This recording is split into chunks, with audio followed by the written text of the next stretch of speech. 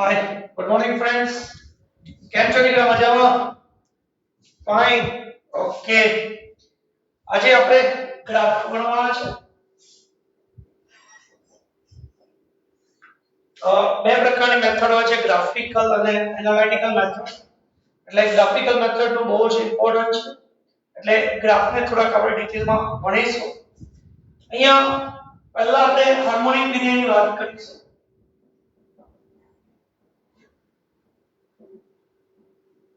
मैं તમને સમજાવેલું કે હાર્મોનિક વિધેય છે sin અને cos sin અને cos એ આપણા હાર્મોનિક વિધેય છે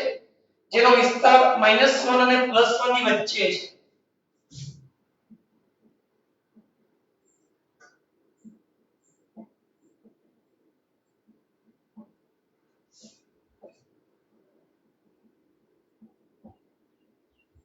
sin અને cos નું જે મૂલ્ય છે એ -1 અને +1 ની વચ્ચે સતત બદલાય છે મેં તમને આવો એક કોષ્ટક સમજાવેલું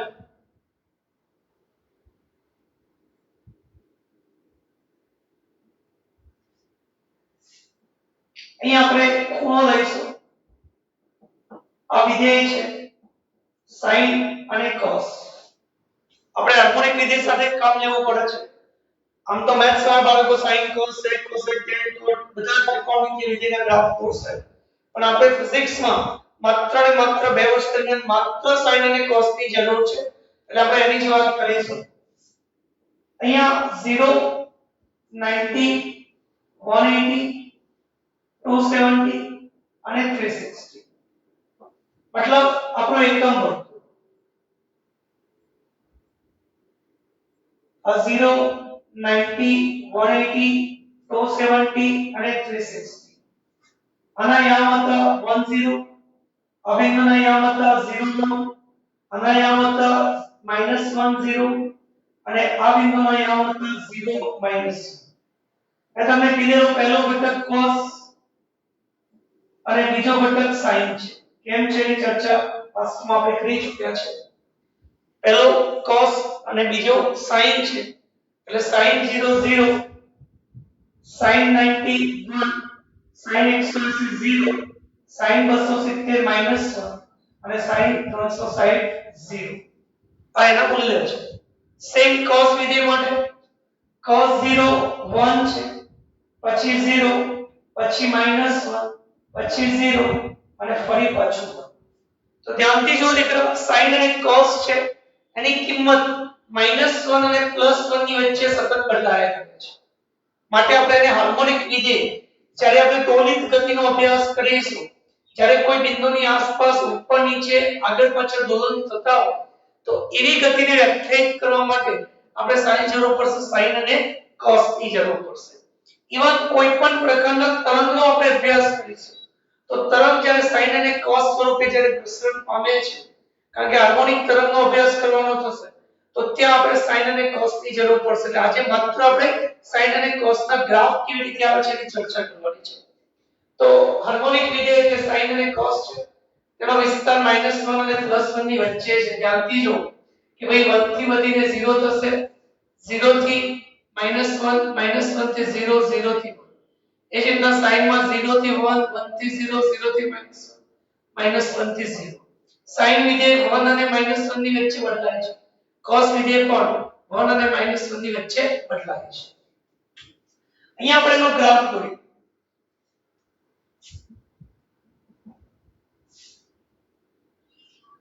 અહીંયા sin વિધેય y sin θ વર્સસ θ નો આલેખ દોરી રહ્યો છું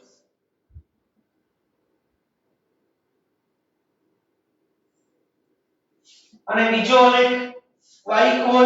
cos θ વર્સસ θ નો આલેખ છે ઓકે અહીંયા આપણે ખૂણો લઈશું 0 π/2 એટલે કે 90 ડિગ્રી પાઈ એટલે 180 અહીંયા રેડિયન માં લખી દઈએ π/2 પાઈ 3π/2 અને 2π मतलब एक परिभ्रमण पर આપણે આલેખની ચર્ચા કરવાની છે 3π/2 અને 2π ઓકે હવે sin 0 ની કિંમત કેટલી છે અહીંયા વિસ્તાર લખીશું +1 અને -1 sin નું જે મૂલ્ય છે એટલે કે y ની જે કિંમત છે એ -1 અને +1 ની વચ્ચે બદલાય છે એટલે મેં લિમિટ બાંધી દીધી +1 -1 સેમ અહીંયા પણ ઉપર લખીશું આપણે +1 નીચે લખીશું -1 અહીંયા પણ pi/2 3π/2 અને 2π અત્યારે આપણે એક પરિભ્રમણ માટે આલેખની ચર્ચા કરી રહ્યા છીએ ચલો sin વિધેય માટે sin 0 ની કિંમત કેટલી છે તો 0 sin π/2 ની કિંમત કેટલી છે તો 1 sin π 0 sin 3π/2 -1 અને sin 2π કેટલા છે 0 છે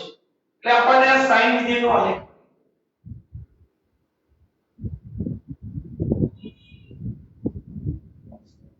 આ sin વિધેય માટેનો આલેખ છે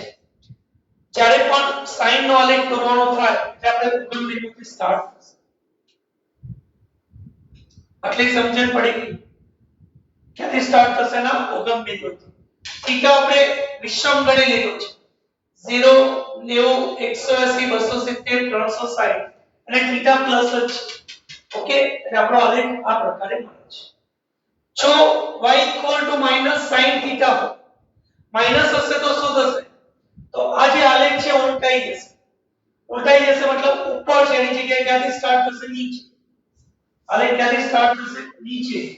અહીંયા આપણે ડ્રો કરવું હોય તો કરી શકીએ છીએ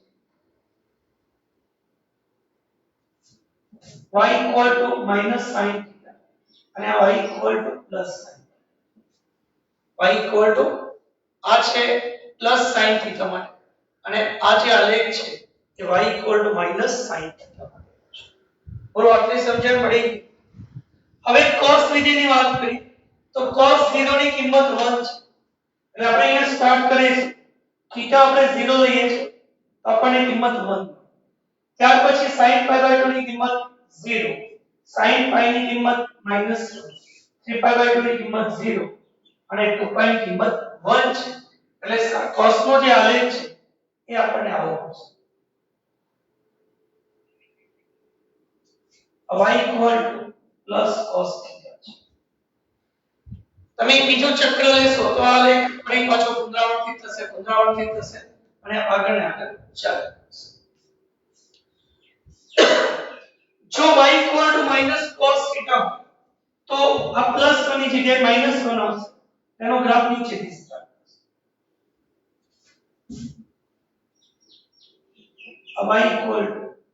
થશે y cos cos તો sin અને cos નો ગ્રાફ છે બંને હાર્મોનિક વિધેય છે અને બંનેનો ગ્રાફ આપણે કાયમ માટે યાદ રાખવાનો sin નો ગ્રાફ ઉગમ બિંદુથી શરૂ થાય અને cos નો ગ્રાફ મહત્તમથી શરૂ થાય જો sin માઈનસ હોય તો નીચેથી ખરો દોરવાનો sin પ્લસ હોય તો ઉપરથી cos પ્લસ હોય તો ઉપરથી માઈનસ હોય તો નીચેથી તો આ રીતે આપણને sin અને cos નો ગ્રાફ મળશે આ વસ્તુ બહુ જ ઇમ્પોર્ટન્ટ છે પોઝ કરી લખીએ નેક્સ્ટ અહીંયા સ્ટ્રેટ લાઈન છે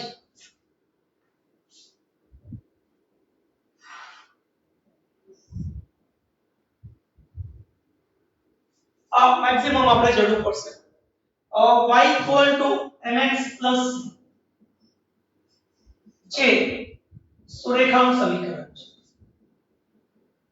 જેમ y ax2 bx c 0 વિઘાત સમીકરણ તમે લીધેલું એ રીતે y mx c રેખા માટેનું સમીકરણ છે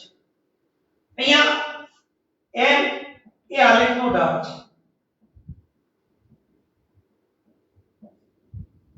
એનો x અંતઃખંડ એટલે કે x ઇન્ટરસેક્ટ એટલે કે x અક્ષ પર આ રેખા કયા બિંદુએ છેદશે એ મારે શોધવું છે તો y 0 x અંતઃખંડ શોધવા માટે y આપણે 0 લઈશું એટલે y ની કિંમત 0 લઈએ તો mx c 0 એટલે x c x આપણને શું મળશે c y અંતઃખંડ શોધવો છે તો xm ને 0 લેવો y અક્ષ ખંડ શોધવા માટે xm ને 0 લેવાનો xm શું છે તો mx છે તો અહીંયા લખીશું mx c y equal to mx c x ની જગ્યાએ 0 મૂકી દો તો y equal to c x ની જગ્યાએ 0 મૂકી દો y equal to 0 plus मतलब y equal to શું આવશે બોલો આટલી સમજણ પડેਗੀ x અંતઃખંડ minus c અને y અંતઃખંડ શું છે c છે હવે એનો આલેખ દોરીએ આપણે આ x અક્ષ આ y અક્ષ છે અને આપણી x અક્ષ અહીંયા xm ym 0 છે ત્યારે x ની કિંમત મળી છે એટલે આપણને યામ મળી જશે -c/m 0 આના આધારે આપણને યામ મળશે બોલો 0 c આપણી જે લાઈન છે y mx c એ બે બિંદુમાં છેદે છે એક -cm0 ક્યાં આવશે તો ym0 એટલે આ બિંદુ આપણને મળે માઈનસ અહીંયા લખું છું -c/n into 0 અને 0c એટલે xm0 આ ym આ બિંદુ છે આપણું 0c ઓકે અને આ બંનેને જોડતી આપણે રેખા દોરીશું એટલે આ રેખા એ આપણને શું આપે છે તો y mx c આટલી સમજણ પડી બહુ સિમ્પલ અને ફંડામેન્ટલ જઈશું આપણે હવે અહીંયાથી મને ઢાળ શોધવો છે સુરેખાનો આપણને ઢાળ તો ઢાળ શોધવા માટે શું કરીશું તો x અક્ષ સાથેનો ખૂણો એટલે ઢાળ x અક્ષ સાથેનો ખૂણો એટલે શું થશે ઢાળ તમે કોઈ પણ બિંદુએ લઈ શકો માત્ર તમારે ત્રિકોણ બનાવવાનો છે ઓકે અહીંયા આપણે એક નાનો ત્રિકોણ બનાવી દઈએ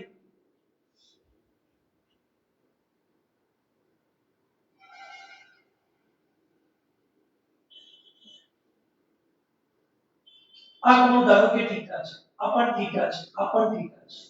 તમે જોઈ શકો છો ત્રણેય ખૂણાની કિંમત કેવી છે સરખી છે હવે અહીંયા એક નાનો ત્રિકોણ બનાવીએ ત્રિકોણ બનાવવા માટે શું કરવું તો આ a બિંદુ અને આ બિંદુને નામ આપી દઈએ b a અને b બિંદુમાંથી x અક્ષ અને y અક્ષ પર આપણે લંબ દોરવાનું એટલે આ કઈ કિંમત મળેਗੀ x1 અને x2 એ જ રીતના અહીંયા આપણને કિંમત મળશે y1 અને y2 અને y તમે આવો ત્રિકોણ આના માટે લેશો તો પણ ચાલશે આ ત્રિકોણ માટે લેશો તો પણ ચાલશે દરેકના ઢાળનું મૂલ્ય કેવું આવશે સરખું છે એમની કિંમત દરેક માટે કેવી આવશે સરખી એટલે m tan θ એ આલેખનો ઢાળ છે બરાબર tan θ બરાબર શું લખીશું આપણે સામેની બાજુ એટલે શું થશે આખા અંતરમાંથી આપણે આટલું અંતર બાદ કરીએ એટલે આ થઈ ગયું y2 y એ જ રીતે આટલા અંતરમાંથી આટલું અંતર બાદ કરીએ એટલે આ થાય x2 x એટલે y2 y x2 x એ આલેખનું શું થયું ઢાળ આપણે ફિઝિક્સ ની અંદર ત્રણ વસ્તુની જરૂર પડે એક ઢાળ શોધતા હોય પહેલા તો આલેખ ઓળખતા હોય કે કયા પ્રકારનો આલેખ છે બીજા નંબરે એના પરથી આપણને ઢાળ શોધતા હોય રેખામાં હંમેશા ઢાળ મળે અને કર્વ તો જે તે ક્ષણે ઢાળ જેને આપણે વિકલનથી દર્શાવે બરાબર અને ત્રીજું એના કયા છેદન બિંદુ છે ઢાળ પ્લસ હશે તો આલેખ ઉપર જશે નીચે જશે બેસ્ટ કોઈ પણ આલેખ કોઈ પણ સમીકરણ તો આલેખ દોરવા માટે આપણે બે યામ શોધી કાઢવાના x યામ અને y બે બિંદુ શોધી કાઢવાના એ બિંદુ અને b બિંદુ સમજણ પડેਗੀ કઈ રીતના શોધવાનું એક વખત y યામ 0 લેવાનો એટલે x યામ મળી જશે અને પછી x યામ 0 લેવાનો એટલે y યામ બહુ સિમ્પલ ઓકે આટલો પોઝ કરી લો દીકરા હવે થોડાક આપણે ગ્રાફ દોરીએ મેં પાંચેક ડેટા લખ્યા છે અને આ પાંચ ના ગ્રાફ કેવા બનશે એની આપણે ચર્ચા કરીશું बिल्कुल सिंपल वे पहला આપણે x શોધીશું બે બિંદુ શોધીશું એક વખત x0 લેવાનો y શોધવાનો બીજી વખત y0 લેવાના x શોધવાનો એટલે એક આપણને રેખા મળી જશે અને આને સ્ટાન્ડર્ડ સમીકરણ સાથે સરખાવવા એટલે શું મળશે ગ્રાફ મળશે દાખલા તરીકે આ જે સમીકરણ છે અને y mx c સાથે આપણે સરખાવીએ y mx c સાથે આપણે સરખાવીએ તો શું મળશે આલેખનો ઢાળ m 2 આલેખનો ઢાળ કેટલો મળી ગયો m 2 x નો જે સહગુણક છે એ આલેખનો ઢાળ છે x નો સહગુણક m છે x નો સહગુણક 2 છે એટલે આલેખનો ઢાળ કેટલો મળી ગયો હવે મારે x અંતઃખંડ શોધવો છે એટલે ym 0 લઈશું ઓકે ym શું છે તો અહીંયા 0 2x 3 0 એટલે x આપણને કિંમત મળશે કેટલી -3/2 x આપણને કિંમત કેટલી મળી -3/2 અહીંયા 4y 3x 6 આપણે પછી લખીએ છીએ હવે અહીંયા આપણે ym 0 y અંતઃખંડ શોધવો છે એટલે x આપણે 0 લઈશું આ x ની જગ્યાએ 0 મૂકી દો એટલે y શું આવશે આપણને બે બિંદુ મળી એક બિંદુ -3/2 0 છે અને બીજો બિંદુ 0 3 છે તમારે કોઈ પણ લાઈન ડ્રો કરવી હોય ઓછામાં ઓછા બે બિંદુ જોઈએ તો આપણી પાસે બે બિંદુ છે અને આલેખનો ઢાળ છે તો આનો જે આલેખ છે ત્રીજો અહીંયા લખું છું પાંચમો છે y 2x ચલો અહીંયા આપણે આલેખનો આકાર જોવો છે તો આ x અક્ષ આ y અક્ષ ઓકે ચલો -3/2 0 ક્યાં -3/2 0 ym 0 છે એટલે ઉગમ્યું xm માઈનસ છે અહીંયા ક્યાંક આપણને બિંદુ મળશે -3/2 0 ઓકે આ ઉગમ બિંદુ 0 0 છે 0 3 ક્યાં તો આ તો 0 છે અને 3 એકમ ઉપર એટલે આ આપણને કિંમત મળી ગઈ 0 અને બંનેને જોડી દો એટલે આ આપણને y 2x 3 નો ગ્રાફ સમજણ પડી y 2x 3 માટેનો આપણને આલેખ સમજણ પડી ઓકે ચલો y 4 માટે ગ્રાફ દોરો છે અહીંયા લખું છું સેકન્ડ લખે y 4 અને બીજો છે y x -4 y 4 છે એનો મતલબ શું y 4 છે એનો મતલબ y ની સંખ્યા અચળ છે આ y એ x નું વિધેય નથી y એ x નું વિધેય નથી આની અંદર ક્યાંય x જોડાયેલો નથી માટે જ્યારે આપણે એનો આલેખ દોરીશું y વર્સિસ x x ના કોઈપણ મૂલ્ય માટે y આપણને કેટલા મળશે x ના કોઈપણ મૂલ્ય માટે y કેટલા છે એટલે y 4 નો આલેખ x અક્ષને કેવો આવશે સમાન જ્યારે x એમ 0 હોય ત્યારે આલેખ છે એ x અક્ષને સમાંતર મળશે y એમ 0 હોય એટલે આલેખ y અક્ષને કેવો મળશે સમાન દાખલા તરીકે x બરાબર -4 છે y અને x તો આનો મતલબ શું થાય x -4 એટલે x ની આ કઈ કિંમત છે -2 y ની તમે કોઈપણ કિંમત લો y ની કોઈપણ કિંમત માટે x ની કિંમત હંમેશા માટે કેટલી આવશે -2 y ની કોઈપણ કિંમત માટે x ની કિંમત કેટલી આવશે -2 ચલો y 2x નો આપણે આલેખ દોરીએ y 2x તો અહીંયા આલેખનો ઢાળ થશે પ્લસ અને y mx c સાથે સરખાવો એટલે c બરાબર 0 અને m બરાબર શું મળી ગયું 2 હવે આપણે શું કરવું તો અહીંયા જ્યારે આપણે x એમ શોધવું હોય નિયમ પકડી રાખો x અંતઃખંડ શોધવા માટે y 0 લેવાનો એટલે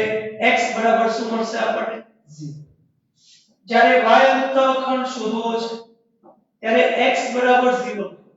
y અંતઃખંડ શોધવા માટે x બરાબર 0 લે એટલે y બરાબર શું આવશે 0 કહેવાનો મતલબ શું છે કે આલેખ જે આપણો મળશે એ ઉગમ બિંદુમાંથી પસાર થશે ક્યાંથી પસાર થશે નહીં ઉગમ બિંદુ જ્યારે તમે x પ્લસ લેશો ત્યારે આલેખ ઉપર જશે x માઈનસ લેશો તો આલેખ ક્યાં જશે નીચે અને ક્યાંથી પસાર થશે તો એના ઉગમ બિંદુ યાદ રાખો મિત્રો જ્યારે c બરાબર 0 હોય ત્યારે આલેખ હંમેશા માટે ક્યાંથી પસાર થશે ના ઉગમ બિંદુ તો આઈ હોપ કે હવે જ્યારે તમને જરૂર પડે તો તમે કોઈ પણ આલેખ વિચારી પણ શકશો અને એ આલેખનો ઢાળ અંતઃખંડ શોધી શકશો શું કરવાનું બિલકુલ સિમ્પલ જ્યારે તમને y mx c પ્રકારનું સમીકરણ દેખાય આ બધા y mx c પ્રકારના સમીકરણ y mx c પ્રકારના સમીકરણ છે તો એની અંદર આલેખનું શું શોધવાનું હશે ઢાળ x અંતઃખંડ અને y સમજણ પડેગી આ તમે જાતે કરો અને હું હોમવર્ક માં આપું છું ઓકે આટલું પોઝ કરી લો ચલો દીકરા થર્ડ છે પેરાબોલા મતલબ પરવલય પેરાબોલા મતલબ શું થશે પરવલય હવે આટલું ડિટેલમાં આપણે જરૂર નથી કરવાની છતાં પણ એકવાર આપણે સમજી લઈએ કદાચ બાય ચાન્સ ક્યાં જરૂર પડી જાય તો ત્યાં આપણી પેન અટકવી ના જોઈએ યાદ રાખો y proportional to x square કા તો x proportional to y square તો એનો જે આલેખ છે એ હંમેશા માટે આપણને પરવલય મળશે ફરી એકવાર રિમાઇન્ડ કરું છું y mx c તો y proportional to x તો રેખાનું સમીકરણ થશે પણ y proportional to x square કા તો x proportional to y square તો એનો જે આલેખ છે એ હંમેશા કેવો મળશે પરવલય અહીંયા પરવલયમાં ધ્યાનથી જો કે જો y square proportional to x કે અચળ સંખ્યા છે તો આપણો જે આલેખ છે x અક્ષ પર y તરફ એટલે કે ધન y દિશા તરફ ખોલશે જો y square equal to minus kx એટલે કે y square proportional to minus x હોય તો આલેખ ઋણ x દિશા તરફ ખોલશે એ જ રીતના x square proportional to y તો y અક્ષ પર જેને પ્રપોર્શન હોય x square proportional to y मतलब y અક્ષ પર પ્લસ હોય તો ઉપર તરફ અને માઈનસ હોય તો ક્યાં જશે નીચે આટલો બેઝિક આપણે યાદ રાખીશું કે y proportional to x square या तो x proportional to y square તો આલેખ કેવો હોય પરવલય હવે એનો આલેખ ક્યાંય દોરવાની જરૂર નથી પડતી તમને લગભગ 11 સાયન્સમાં ક્યાંય એવું નહીં પૂછે કે આલેખ દોરો આ સમીકરણનો આલેખ દોરો છતાં પણ 5-10 મિનિટ આપણે એની ચર્ચા કરી લઈએ એના માટેનો આ નિયમ છે પહેલા તો y alpha x square plus beta x plus y या तो અહીંયા ગેમા લખું છું આ પ્રકારનું સમીકરણ તમને જોવા મળે એટલે આપણે સમજવાનું કે એ આપણું પરવલયનું સમીકરણ છે y alpha x square plus beta x plus gamma મળે એટલે આપણે શું સમજવાનું એ શાનું સમીકરણ છે પરવલય માટેનું સમીકરણ છે જો x square નો સહગુણક મતલબ આલ્ફા x square નો સહગુણક મતલબ શું થશે આલ્ફા જો ધન x square નો સહગુણક જો ધન हो तो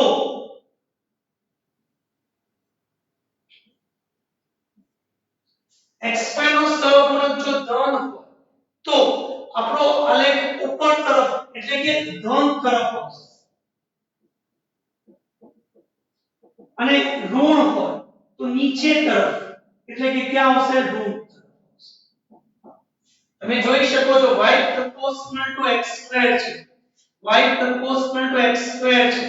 y proportional to x square ખાલી આટલું જ જુઓ y proportional to x square તો અહીંયા આલ્ફા ધન છે ધન હોય તો આલેખ ક્યાં જશે ઉપર તરફ અને ઋણ હોય તો આલેખ ક્યાં જશે નીચે પહેલો મુદ્દો સમજણ પડી ગઈ ક્યાં જશે ઉપર નીચે અથવા જમણી બાજુ કે ડાબી બાજુ એ નક્કી કરવા માટેનો આ આપણો પહેલો નિયમ છે કે x square નો સહગુણક છો સમીકરણ y નો હોય તો y² નો સહગુણક જોવો y² નો સહગુણક જોશો એટલે આપણો આલેખ જમણી કે ડાબી બાજુ ઓકે તો પહેલો મુદ્દો ક્લિયર હવે સમીકરણને આપણે ઉકેલો y ની કિંમત 0 લઈ x ની કિંમત શોધો y બરાબર 0 લઈ x નું મૂલ્ય શોધો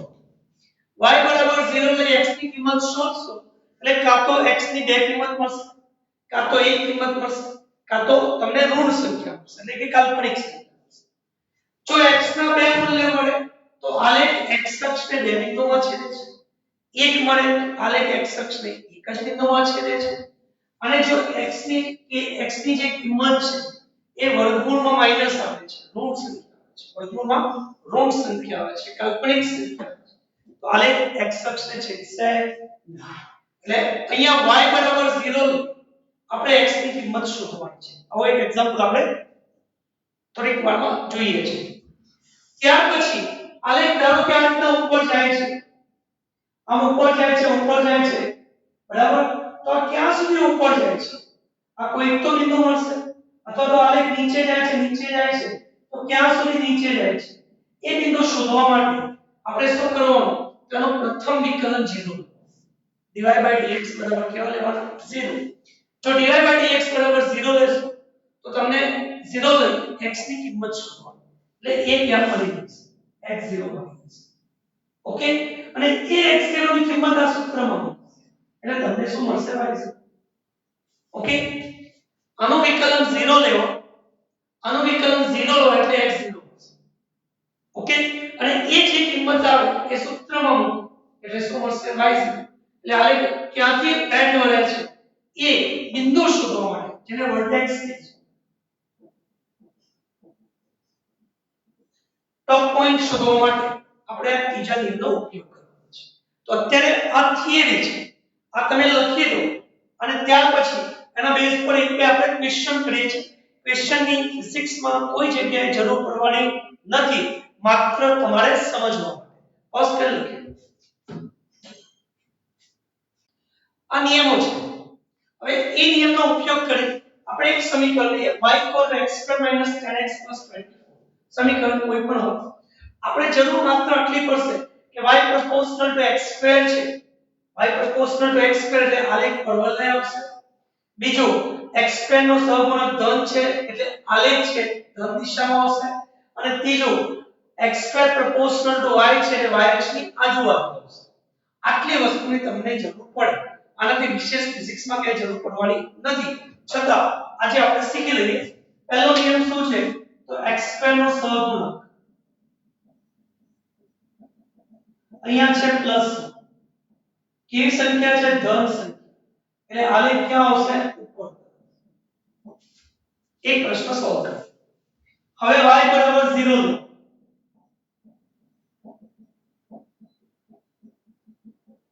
બીજો પોઈન્ટ શું છે y બરાબર 0 લે x ની કિંમત શોધવાની આપણે શોધીએ આપણે ભાગ પાડતા આવડે છે 6 4 24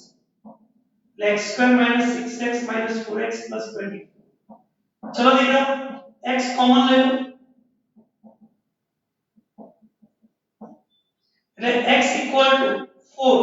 x 6 આપણને મળે આ તમને આવડે છે x ની કેટલી કિંમતો મળી આપણને બે કિંમતો મળી x 4 અને x 6 મતલબ આપણો જે આલેખ છે x અક્ષને કેટલી જગ્યાએ છેદશે બે જગ્યાએ ઓકે અને ત્રીજો મુદ્દો મહત્તમ બિંદુ શોધવા માટે dy dx 0 ચલો આનો વિકલનને શીખવાડેલું છે x2 નું વિકલન થાય 2x 10x x નું વિકલન થાય 1 અને અચળ સંખ્યાનું વિકલન કેવું થશે 0 સાદુરૂપ આપો તો 10 10 ને આ સાઈડ 2x मतलब x 5 x બરાબર કેટલા મળે 5 શું છે dy dx 0 લે x ની કિંમત શોધવાની તમે x ની કિંમત શોધી કાઢો x ની જગ્યાએ હું x0 નાખું જરૂર નથી તમે x લખશો તો પણ ચાલશે અને ત્યાર પછી આ કિંમત ક્યાં મૂકવાની સમીકરણમાં મૂકી સમીકરણમાં x0 નું મૂલ્ય મૂકી y0 શું શોધીશું આપણે y0 આ સૂત્રમાં x ની કિંમત 5 મૂકી એટલે y ઇક્વલ ટુ જ્યાં જ્યાં તમને x દેખા ત્યાં 5 મૂકતા જાઓ કેટલા થશે 5 નો 25 અને 25 50 અને એક ઓછા છે તો 49 અને આ કેટલા છે 50 એટલે કેટલા આવશે માઈનસ કેટલા આવશે માઈનસ થઈ ગયું હવે આપણે આલેખ દોરીએ અહીંયા આપણે આલેખ દોરીશું આ x અક્ષ છે આ y અક્ષ છે પહેલા તો મહત્તમ બિંદુ કયો છે -1 અને 5 y ની કિંમત અહીંયા નીચે -1 આવશે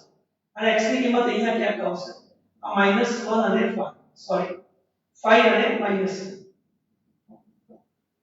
આ x0 y0 મળી ગયા કોઈ પણ આલેખની અંદર ધ્યાન રાખો કોઈ પણ આલેખ દોરો છો તો તમારે આવો કંઈક આકાર આવ્યો આ x1 બિંદુ આ x2 બિંદુ અને આ x0 y0 છે તો આપણી જોડે x0 y0 કેટલા છે 5 1 એટલે આ બિંદુ મળી ગયું મને 5 1 આલેખ ક્યાં છેદે છે તો 4 અને 6 આ બિંદુ 4 છે આ બિંદુ ધારો કે 6 છે આપણો જે આલેખ છે એ આવો મળશે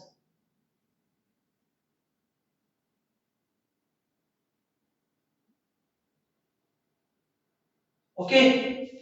આપણે ત્રણ વસ્તુ શોધવાની થાય આ એક વસ્તુ અને આ બંને બિંદુ બે વસ્તુ ત્રણેય માટેના નિયમ મેં લખેલા છે ફિઝિક્સમાં કોઈ જગ્યાએ આ વસ્તુની જરૂર પડવાની નથી પણ એઝ અ સાયન્સ સ્ટુડન્ટ તરીકે આટલું આપણે ધ્યાન રાખીશું બાય ચાન્સ ક્યાંક જરૂર પડી જાય છે તો આપણને આવડવું જોઈએ શું કરવાનું દીકરા ફરી એકવાર કે x2 નો સહગુણક જો પ્લસ હોય તો આલેખ ક્યાં જશે ઉપર કદાચ અહીંયા માઈનસ હોત તો આ જ આલેખ ક્યાં આવત નીચે તરફ આ જે એનો મોડો છે એ ક્યાં કરશે એકવાર ઉપર માઈનસ હોય તો ક્યાં પહોંચશે નીચે તરફ પછી y 0 x ની કિંમત શોધવાની કાં તો બે કિંમત મળે કાં તો એક મળે કાં તો મળે નહીં ચલો બે કિંમત મળી છે તો આપણે અહીંયા બે બિંદુ લઈએ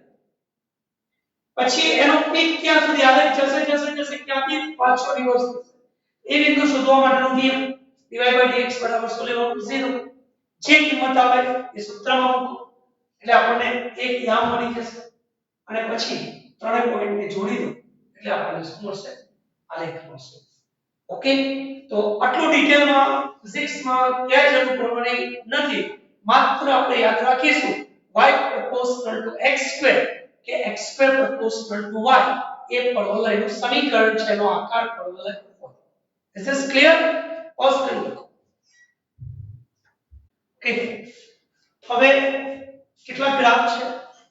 રેન્ડમ કેસમાં જરૂર પડશે પણ જરૂર તો પડશે જ અહીંયા લખ્યું છે ચળ ઘાતાંકીય શબ્દ છે ચળ ઘાતાંકીય એક્સપોનેન્શિયલ ફંક્શન અહીંયા x ની ઘાત બદલાશે એ x ની ઘાત છે એની ઘાત જે છે સોરી એની જે ઘાત છે ઘાતનું મૂલ્ય વધે છે અને પરિણામે y ની કિંમત બદલાય છે y e x એટલે હું એવું કહી શકું y 1 e x તમે x ની કિંમત વધારતા જાઓ x ની કિંમત વધશે e ની ઘાત વધશે નીચેનો છેદ વધે છે એટલે અંશની કિંમત શું થશે ઘટશે એટલે આ પ્રકારનો આપણે આલેખ છે અને આપણે ચળ ઘાતાંકીય લીધું છે પણ ધારો કે y 1 e x તો શું થાય માઈનસ છે નીચે લખીશ તમે x 0 મૂકી દો x 0 મૂકો x = 0 1 1 1 શું થઈ જશે 0 એટલે આલેખ ક્યાંથી સ્ટાર્ટ થશે એના ઉગમ બિંદુથી સ્ટાર્ટ થશે જેમ જેમ x ની કિંમત વધશે તેમ તેમ નીચેનો છેદ વધશે પરિણામે આ મૂલ્ય ઘટશે પરિણામે એનો જે તફાવત છે સતત શું થશે વધશે અને તફાવત વધે છે માટે આલેખ કેવો બતાવે છે ઉપર આપણે આની જરૂર પડે છે આ લગભગ ક્યાંય જરૂર પડતી નથી ઠીક છે કદાચ વિભાજન સંખ્યા અને અવિભાજ્ય સંખ્યા શોધતા હોય ત્યારે આપણે આની જરૂર પડી શકે છે બાકી આ જ મોટા ભાગે આપણે ચલ ઘાતાંકીયનો ઉપયોગ કરીશું તમને a' a bt/2m આપે તો કોઈ બી સૂત્ર આપે જેમાં e⁻bt/2m n n0 e⁻λt આપે આવા બધા જે સૂત્રો છે એનો આલેખ આપણને આવો મળશે એને શું કહીશું આપણે ચળ ઘાતાંકીય રીતે બદલાશે હાઇપરબોલા જેને આપણે અતિવલય કહીશું. જ્યારે પણ તમને xy અચળ સંખ્યા જોવા મળે એટલે કે y proportional to 1 x, y proportional to 1 x square કે y proportional to 1 x cube જોવા મળે તો દરેકનો આલેખ કેવો આવશે? અતિ. હા, એનો કણ બદલાતો જશે પણ આપણે યાદ રાખવાનું કે y proportional to 1 x, y proportional to 1 x square, y proportional to 1 x cube દરેકનો આલેખ કેવો હતો? અતિવલય. ઓકે, જો કે અચળ સંખ્યા ધન હોય તો પહેલા અને ત્રીજા ચરણમાં આવશે અને જો અચળ સંખ્યા ઋણ હશે તો બીજા અને ચોથા ચરણમાં આવશે. તમે જોઈ શકો છો બંને ધન x અને y બંને ધન તો જ ધન આવશે અને x અને y બંને ઋણ હોય તો જ k ની કિંમત કેવી આવશે? k ની કિંમત ધન ક્યારે આવે? બંને ધન હોય તો બંને ઋણ એટલે પહેલું અને ત્રીજું ચરણ છે જેમાં આપણે આ પ્રકારે આલેખ મળશે xy બરાબર k. અને જો ઋણ સંખ્યા હોય ઋણ ક્યારે આવે? તેમાંથી એક ધન એટલે કાં તો બીજું કાં તો ચોથું છે. ઓકે, તો આ ઋણ અને ધન માટેનો આલેખ છે. અતિવલય માટેનું વ્યાપક સમીકરણ છે x² + y² + આ સમીકરણ આપણે ક્યાંય ઉપયોગમાં લેવાનું નથી છતાં પણ આપણે યાદ રાખીશું આ અતિવલય માટેનું સૂત્ર છે. તમે y બરાબર 0 લઈ લો એટલે x ની બે કિંમત મળશે plus or minus a. x બરાબર શું મળશે? Plus or minus a. આ પ્લસ a અને આ શું થઈ ગયું? Minus a. બે અતિવલયના આલેખ બનેલા છે. ઓકે, તો આ ત્રણ વસ્તુ અતિવલય માટે ધ્યાન રાખવાની છે. ઉપવલય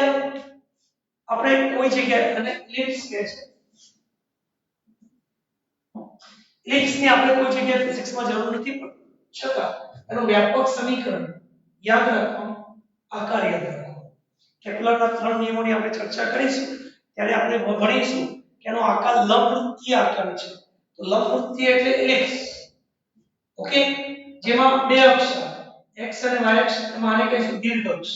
મોટું છે એને દીર્ઘ અક્ષ, નાનું છે એને કહીશું લઘુ અક્ષ. ઓકે, તો આ એનું વ્યાપક સમીકરણ છે x² + y² + z² = 1. આમ તો કે સમીકરણની જરૂર નથી પડતી. આવું કોઈ સમીકરણ દેખાય તો એ એલિપ્સ માટેનું સમીકરણ ઉપવલય છે. અને જો a બરાબર b લઈએ એટલે આ બંને સરખા લઈએ તો આપણું વર્તુળ થઈ જશે. એનું સમીકરણ છે x² + y² = a². ઓકે,